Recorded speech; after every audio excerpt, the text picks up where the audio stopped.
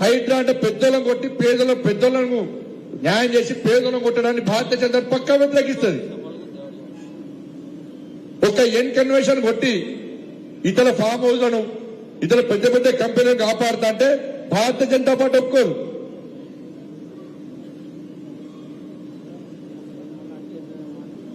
వాళ్ళ స్పష్ట బాధ్యత క్లారిటీ ఉన్న బాధ్యత.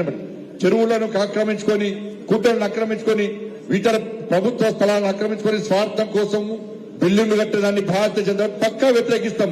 అట్లా అని చెప్పి వాళ్ళ పేదలు ఏం చేసినారన్న పాపం పేదలాడా. ఇలా మీరు ఇల్లు కొట్టారు, ఏం చూస్తారు? ఫస్ట్ రిజిస్ట్రేషన్ డాక్యుమెంట్స్ చూస్తారు. రిజిస్ట్రేషన్ డాక్యుమెంట్స్ ఉన్నాయాడా? మున్సిపల్ గ్రామ పంచాయతీ పర్మిషన్ ఉందా? ఉంది. పక్కా ఆడ కరెంట్ మీటర్ ఉందా? ఉంది. హౌస్ నెంబర్ వచ్చిందా? వచ్చింది. ట్యాప్ కనెక్షన్ వచ్చిందా? వచ్చింది. బ్యాంక్ లోన్ వచ్చిందా? వచ్చింది. పేపర్ నోటిఫికేషన్ ఇచ్చినాం. పేదోడు కొనుక్కున్నాడు. ఇవాళ వాడి పరిస్థితి ఏంది? వాళ్ళ పరిస్థితి ఏంది? వాళ్ళ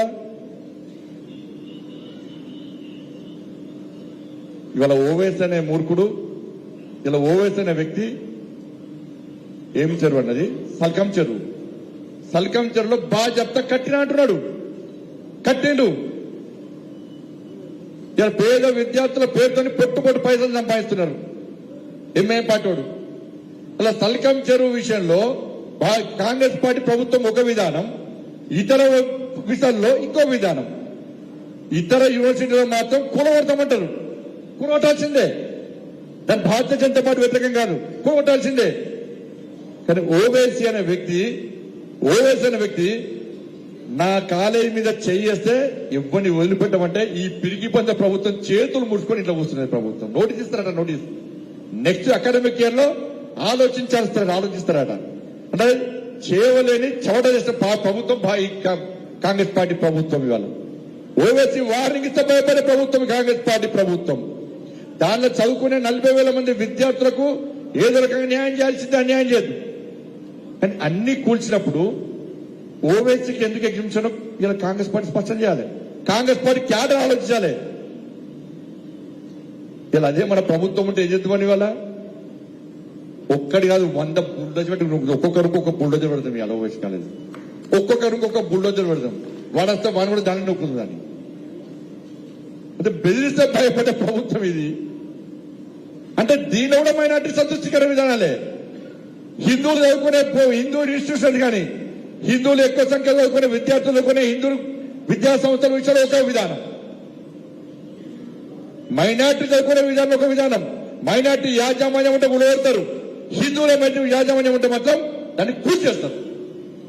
మైనార్టీ డిక్లరేషన్ బట్టి పోలేనా? మీరు అందరూ అనుకుంటారు కావచ్చు. భాగ్యలక్ష్మి గుడి దగ్గర బండి సంజయ్ ఏదో టైం పాస్ కు పేరు కోసం పెట్టిన కావచ్చు. మీరు పెట్టుకోలేనా? నాకు మొన్న హ్యాపీ అనిపించింది అన్న. నేను మొన్న కోడాలప్పుడు తిరిగినా. అరే వా ఓల్డ్ సిటీ ఒక్కొక్క హిందూ ఒక్కొక్క తల్లి అమ్మవారిగా తయారు చేస్తుంటే ఒక్కొక్క అన్న ఒక్కొక్క తమ్ముడు పండుగ వాతావరణం చూస్తుంటే హ్యాపీ అనిపించింది అన్న. మామూలుగా లేరన్నా ఓల్డ్ సిటీలో హిందువులు.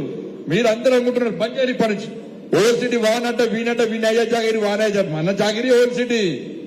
ఒక్కసారి వినాయక చవితి వస్తే ఇక్కడున్న అన్ని మోర్చాల నాయకులు మీ జిల్లా మండల పదాధికారులు తీసుకొని మండల అధ్యక్షులు తీసుకొని ప్రతి ఓల్డ్ సిటీలో ఉన్న ప్రతి వినాయకుడిని తిరగండి, ప్రతి వినాయకుడిని దర్శించుకోండి. ఓల్డ్ సిటీ న్యూ సిటీ ఎందుకు కాదో ఆలోచిద్దాం, ఎందుకు కాదో చూద్దాం. పోయినప్పుడు పోతే ఒక పండుగ వాతావరణం, బోనాల పండుగ తిరగాలన్నా. ఒక్క వ్యక్తి ఇద్దరు వ్యక్తులు తిరుగుతారు కదా, తిరగాలి.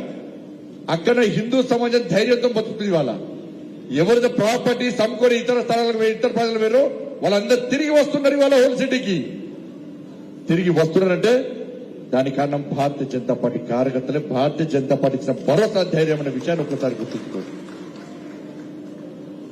కానీ కాంగ్రెస్ పార్టీ బీఆర్ఎస్ పార్టీకి ఏం తేడా లేదు.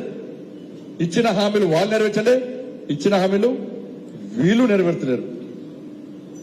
బీఆర్ఎస్ పార్టీ ఇక మళ్ళా వచ్చే పరిస్థితి లేదు. ఇష్టపడతామని బీఆర్ఎస్ పార్టీని మీరు ఇష్టపడతారు కావచ్చు, మీరు మర్చిపోయారు కావచ్చు. కానీ నేను మర్చిపోరాను. రాష్ట్ర అధ్యక్షుడు కాబట్టి మర్చిపోరాను. రే గుర్రంపూర్లో నా కార్యకర్తలను ఎస్టీ సమాజం కోసం, ఎస్టీ సమాజం జరిగిన అన్యాయం గురించి కొట్లాడుతుంటే గుర్రపులో నా భారతీయ జనతా పార్టీ కార్యకర్తలను నా కళ్ళ ముందు నేను చూస్తుండగా పోలీసులు లాఠీ చార్జ్ చేసి కాళ్ళు చేతులు విరగొట్టిన సంఘటనను నేను ఎప్పుడు మర్చిపోను. భారతీయ జనతా పార్టీ ఎప్పుడు మర్చిపోయిన బీఆర్ఎస్ పార్టీని వదిలిపెట్టి పరిస్థితి మంగ్యానాయకన్నా 40 ఏళ్ళ మంగ్యానాయక్ వచ్చిన మంగ్యానాయక్ అగు ఎన్ని రోజులు జైలుకి పోయినావు? 40 రోజులు. 40 ఇద్దరు 40 రోజులు జైలుకి పోయినా. 40 డేస్ దసరా లేదు, దీపావళి వేయలేదు వరకు 40 డేస్ జైలుకి పోయారు. ఇష్టపెడతామా అన్న బీఆర్ఎస్ పార్టీని? ఎట్టి ఇష్టపెడతామన్నా బీఆర్ఎస్ పార్టీని? 40 మంది కార్యకర్తలు 40 రోజుల పాటు జైలుకి పంపిన బీఆర్ఎస్ పార్టీ ప్రభుత్వం. ఇలా కొనుగోలు కేంద్రాలకు పోతే నా కళ్ళ ముందే రాళ్ళు పొలాలకెళ్ళి చీకటి దొంగతనంగా రాళ్ళు వేస్తే అనేక మంది రైతుల తలలు అడిగినాయి, అనేక మంది కార్యకర్తల కాళ్ళు చేతులు తలలు అడిగిన ఒక్కరోజే 18 వాహనాలు ధ్వంసం చేశారు. భారతీయ జనతా పార్టీ కార్యకర్తలు 18 వాహనాలు ధ్వంసం చేస్తే ఆ దారుణ సంఘటన వదిలిపెట్టే ప్రసక్తి లేదు. భారతీయ జనతా పార్టీ బీఆర్ఎస్ పార్టీని వదిలిపెట్టే ప్రసక్తి లేదు. అరే పాదయాత్ర చేస్తుంటే ఏ యాత్రకు ఎప్పుడు అడ్డుకుంటారో, ఎప్పుడు ఏ యాత్ర మీద దాడి చేస్తారో అని చెప్పి ఇలా కొట్లాడి ముందుకు పోయేటువంటి పార్టీ భారతీయ జనతా పార్టీ. అటువంటి సందర్భంలో అనేక సందర్భాలు భారతీయ జనతా పార్టీ యాత్ర మీద పోలీసులు బీఆర్ఎస్ పార్టీ కార్యకర్తలు కలిసి దాడులు చేసినటువంటి సంఘటన భారతీయ జనతా పార్టీ ఎప్పుడు మర్చిపోదన్నారు. అరే కేసీఆర్ కుటుంబం ఒక ఊరికి పోతే భారతీయ జనతా పార్టీ కార్యకర్తలు నాకు గృహ నిర్బంధాన్ని పెట్టి అక్రమంగా కేసులు పెట్టి జైలు పంపి రౌడీ షీట్లు ఓపెన్ చేసి కమ్యూనల్ షీట్లు ఓపెన్ చేసి భారతీయ జనతా పార్టీ కార్యకర్తలు ఇబ్బంది పెట్టిన తీరు ఇలా భారతీయ జనతా పార్టీ ఎప్పుడు మర్చిపోదన్నా. ఇక్కడ చెప్పుడన్నా నా మీద కేసులు ఉన్నాయి అన్న వాళ్ళు చేతున్నా? నా మీద కేసులు ఉన్నాయి అన్న వాళ్ళు చేతున్నా? దాదాపు 50% కంటే ఎక్కువ కేసులున్నాయి. ఇష్టపడతా మన కేసులు పెట్టిండు కేసీఆర్ కొడుకు పెట్టిండు కేసులు. ఇష్టపడతా మన బీఆర్ఎస్ పార్టీని సిగ్గు లేకుండా ఇలా కాంగ్రెస్ పార్టీ బీఆర్ఎస్ పార్టీ డ్రామాలు ఆడుతున్నారు. బీఆర్ఎస్ పార్టీ బీజేపీ ఒకటని కాంగ్రెస్ వాడు అంటాడు, కాంగ్రెస్ బీజేపీ ఒకటని బీఆర్ఎస్ పార్టీ వాడు అంటాడు. కానీ ఇద్దరికి టార్గెట్ ఎవరు? బీజేపీ. ఎందుకు బీజేపీ అన్న మీరు ఏమని అనుకోండి. ఇక ఇంతకుముందు ఇది జరిగింది, ఇది జరుగుతుందా, ఇది సాధ్యమా అని చెప్పి మైండ్కి వెళ్ళి తీసేయండి. 2028లో ఈ తెలంగాణ రాష్ట్రంలో ఏర్పడేది భారతీయ జనతా పార్టీ. ఈ తెలంగాణ రాష్ట్రంలో వచ్చేది రామరాజ్యం. 100% రాసి పెట్టుకోండి. ఇది నా మాట కాదు, ఇలా ప్రజల్లో జరుగుతున్న చర్చ. మీరు ఏ అన్నంగా చేయండి, అబ్బా పొరపాటు చేస్తాం మేము కాంగ్రెస్ పార్టీ ఓటేసి. కానీ ఈసారి మాత్రం భారతీయ జనతా పార్టీ. అందుకే ఎంపీలు గెలిచామన్నా మనం. అందుకే 8 మంది ఎంపీలు మనం గెలిచాం. ప్రజలు అసెంబ్లీ ఎన్నికల్లో పొరపాటు చేస్తాం. మేము ఏదో చిన్న పొరపాట్లను చూసి మేము భారతీయ జనతా పార్టీకి వేసిన ఓటు ఇలా కాంగ్రెస్ పార్టీకి వేసాం కాబట్టి పొరపాటు చేస్తాం. అతి తక్కువ సమయంలో ప్రజా వ్యతిరేకత చూడవన్న party Congress party. Congress party మీద ప్రజలకు పూర్తి వ్యతిరేకత ఉంది. కాంగ్రెస్ పార్టీ మీద చీదలుచుకుంటారు. కాంగ్రెస్ పార్టీ మీద ఈ కేసీఆర్ నమ్మేస్తుందో ప్రజలు లేరు కాబట్టి ఇవాళ ప్రత్యారం ఏమైంది, మళ్ళా ప్రజల చర్చ జరుగుతుంది. ఏంటి అయిపోయిందన్న? ఎప్పుడు ఎన్నికలు జరిగినా భారతీయ జనతా పార్టీ ఈసారి పక్కా పవర్ లోకి వస్తుంది అని చెప్పి ఒక ఆలోచన భారతీయ జనతా పార్టీ విశ్వాసం ఇలా ప్రజల్లో కూడా ఏర్పడ్డదంటే మీరందరూ కష్టపడి పనిచేస్తున్న తీరు వల్ల, మీరు ఇష్టపడి పనిచేస్తున్న తీరు వల్ల, మీరు చేస్తున్న పోరాటం వల్ల ఇలా భారతీయ జనతా పార్టీ మీద ప్రజలకు విశ్వాసం ఏర్పడింది, నమ్మకం ఏర్పడింది. అందుకే ఎట్టి పత్రులు 2028లో జరిగే ఎన్నికల్లో ఎప్పుడు ఎన్నికలు జరిగినా కూడా భారతీయ జనతా పార్టీ ఈ తెలంగాణ రాష్ట్రంలో పక్కా అధికారం వస్తుంది, వచ్చి తీర్థది కూడా విషయాన్ని గుర్తు. రామరాజ్యం వస్తుంది, మోడీ రాజ్యం వస్తుంది తెలంగాణ రాష్ట్రంలో. ఆ రాజ్యం రావాలంటే ప్రజలు ఓటేయడానికి సిద్ధంగా ఉన్నారు. కానీ భారతీయ జనతా పార్టీ కార్యకర్తలుగా మనం సిద్ధంగా ఉన్నామా లేదా మన గుండె మీద చేసుకొని ఆలోచన. నేను ఎందుకు మెంబర్షిప్ ఇవ్వాలి? మన అసెంబ్లీ ఎన్నికల్లో పోటీ పనిచేసిన, పార్లమెంట్ ఎన్నికల్లో పనిచేసిన పార్టీ నాకు ఏమిచ్చింది? నాకు నామినేటర్ పోస్ట్ ఇచ్చిందా? నాకు శాలరీ ఇస్తుందా? నాకు పైరోల్ చేసి పెట్టిందా?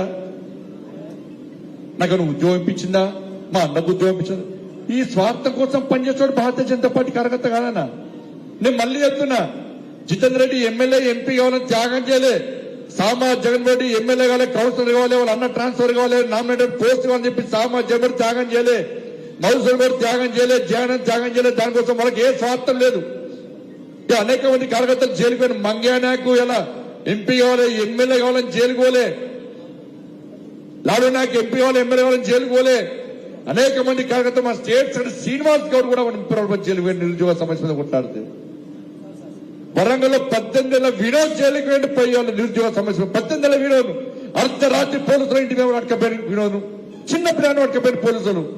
మరి వినోద్ ఎంపీ కోసం కొట్టాడినా, ఎమ్మెల్యే కోసం కొట్టాడినా, కౌన్సిలర్ కావాలంటున్నా, కార్పొరేటర్ కావాలనుకుంటున్నా? ఏం లేదు, మన రాజ్యం రావాలి.